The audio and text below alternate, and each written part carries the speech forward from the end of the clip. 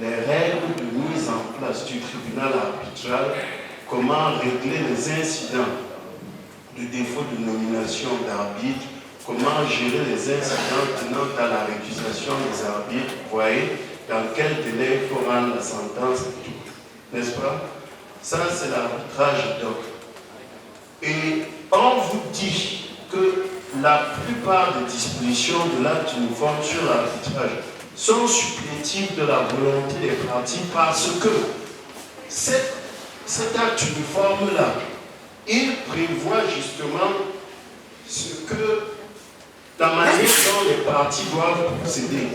Lorsque le tribunal arbitral a son siège dans l'espace OADA et que les parties ayant opté pour l'arbitrage ad hoc n'ont pas prévu de règles spécifiques à cet effet.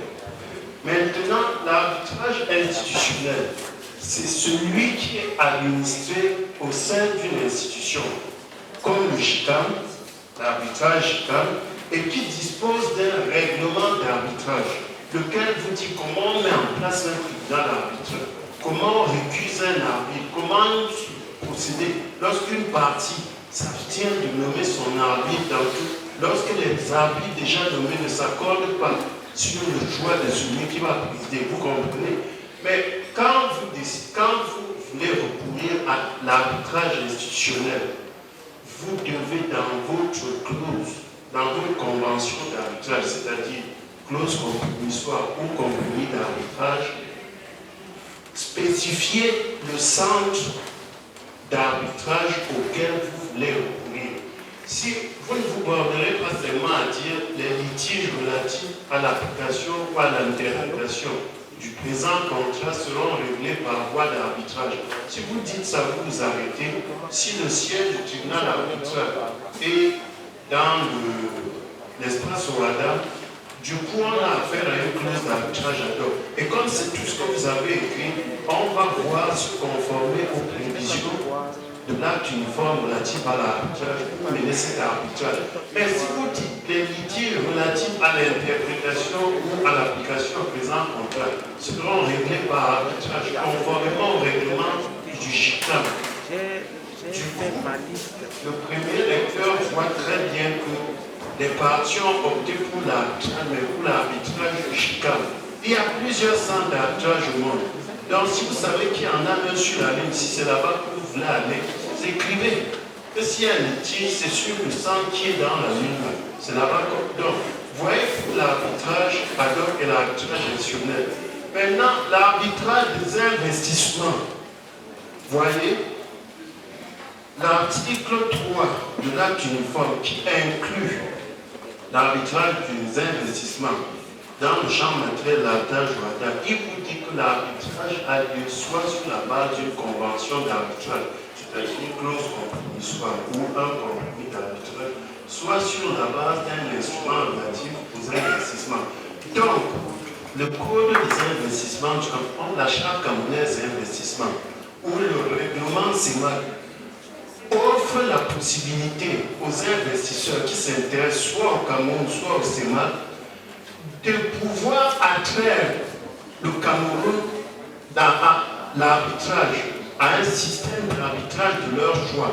S'ils veulent, les investisseurs, que ce soit l'arbitrage ad hoc, c'est prévu. Que ce soit l'arbitrage CCJA, c'est prévu.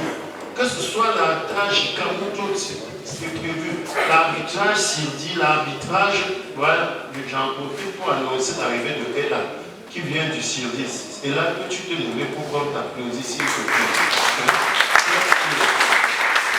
Et là, je le dis au SIRDI, donc, vous voyez, elle est arrivée. Alors, tout ce que je dis là, je parle sous leur contrôle, la secrétaire là, donc tout ça, il y a plein de sages-femmes là. Alors, est-ce que ce que je viens de dire sommairement là vous éclaire suffisamment? Je pourrais m'arrêter là. Merci beaucoup. Est-ce que le président de la Cour d'appel de l'Ouest peut nous rejoindre ici pour faire ça? Si tu veux, à moins tu peux y rester là-bas pour la présenter. Alors, donc tu la présentes là. Merci beaucoup pour votre flexibilité.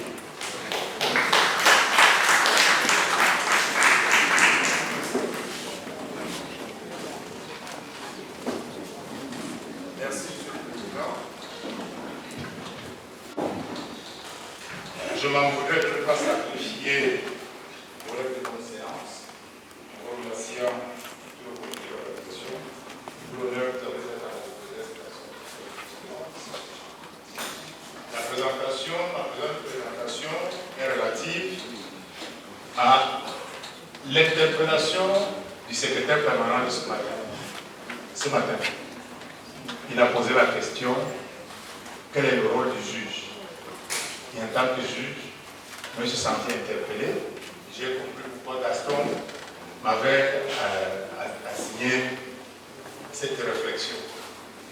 Alors, nous n'allons pas rentrer dans les détails parce que tous les détails sont dans le papier. Le temps qui nous est imparti nous prend à la gorge. La question, c'était quoi? C'était que lorsque les concepteurs de la notion d'arbitrage concevaient l'arbitrage, c'était par rapport à la justice étatique. Les inconvénients, l'État était affirmé. On pensait donc que l'arbitrage pouvait, être rapide, confidentiel, dans la célérité, et peut-être, entre guillemets, moins coûteux. Mais en tous les cas, c'était plus rapide parce que, comme l'a dit le secrétaire permanent, la justice étatique, elle est brutale, elle est... Et donc, paradoxalement, on s'est rendu compte, quand on a mis en œuvre l'arbitrage, on s'est rendu compte qu'on est obligé de revenir ou de recourir au juge étatique. Soit en début d'arbitrage, soit à la fin de l'arbitrage. Donc, mon propos sera axé sur deux parties. La première partie, c'est l'intervention du juge étatique dans le déroulement de l'instance arbitrale. Et la seconde partie sera le déroulement, l'intervention du juge étatique dans le dénouement. Alors, dans le déroulement et dans le dénouement. Dans le déroulement, vous savez qu'il peut y avoir des problèmes lors de la constitution du tribunal arbitral. Le docteur Fabien l'a dit tout à l'heure. Le principe ici, c'est le principe d'autonomie de la volonté. Les parties doivent choisir leurs arbitres, doivent composer leur tribunal. Mais si d'aventure, les parties n'arrivent pas, on est obligé de recourir au juge étatique. Et donc là, l'acte uniforme a prévu des mécanismes pour recourir au juge étatique, notamment l'alinéa 3 de l'article 6, qui a réglementé cette constitution. Il y a également, le juge étatique peut également intervenir dans l'administration de la preuve.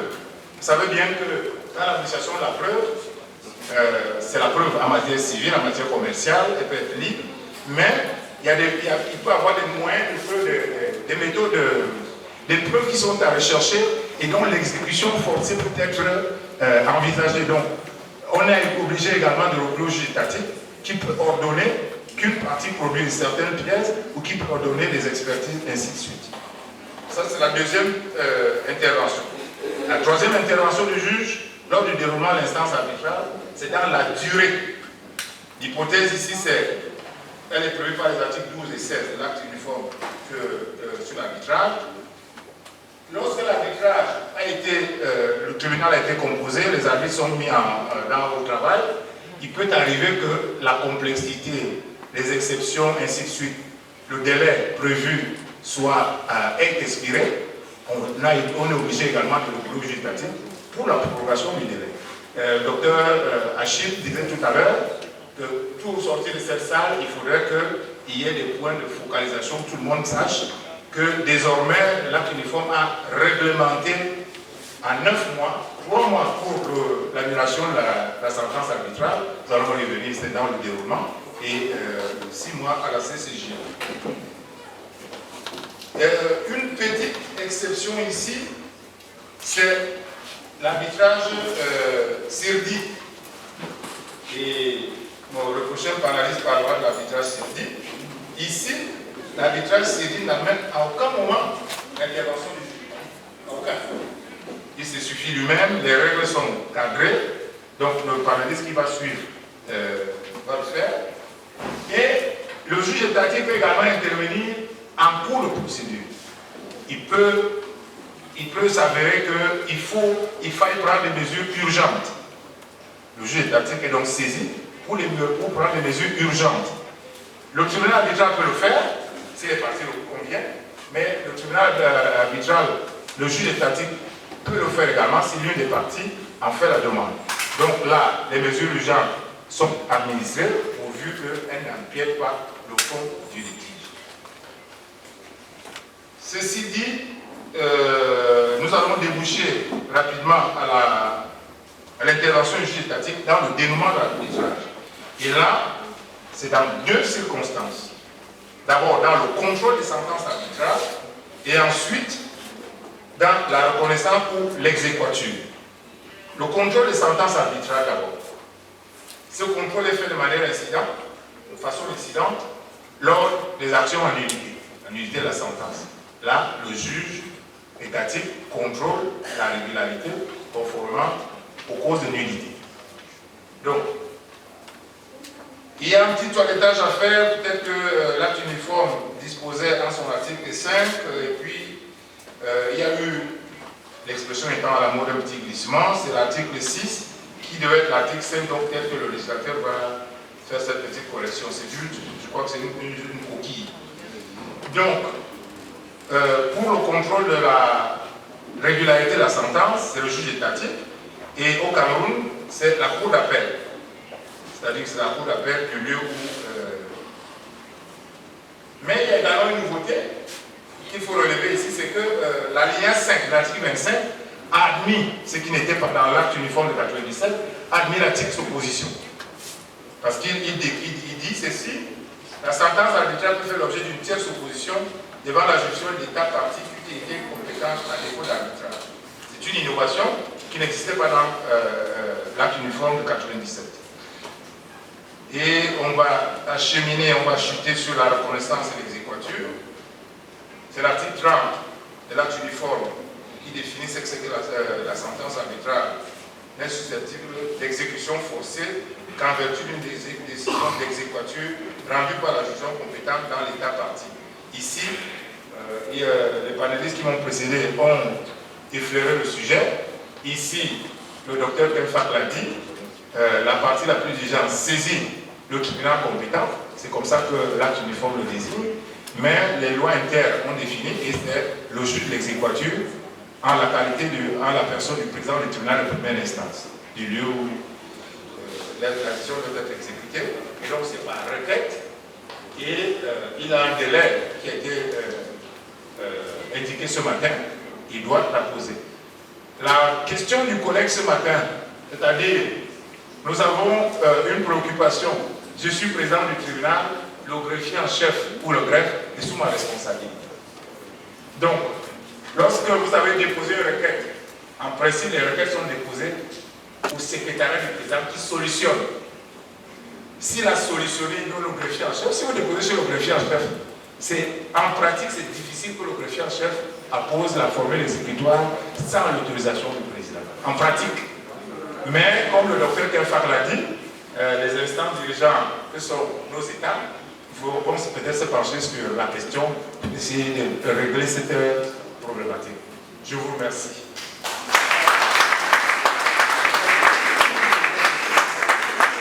Merci beaucoup François, merci infiniment. Ovationnez-le à nouveau s'il vous plaît.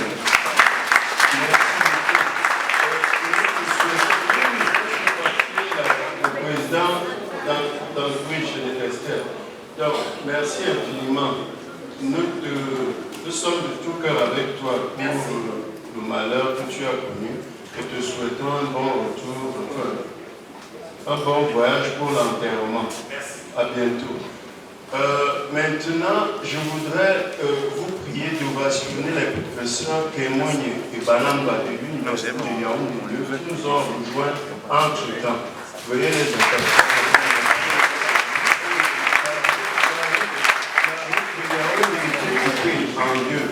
Maintenant, je voudrais vous annoncer, ne prenez aucun engagement pour ce soir, parce qu'il y a une petite soirée culturelle ici, de 21h à 23h. Ne prenez aucun engagement. Je m'adresse aussi au juge de la CCJA, Madame Moudi, elle comprend mon langage. Vous serez tous ici, le soir, 21h, 23h. Cela dit, je vous remercie pour votre flexibilité. Je voudrais inviter le docteur Depri à venir maintenant prendre sa modération. Je vous remercie.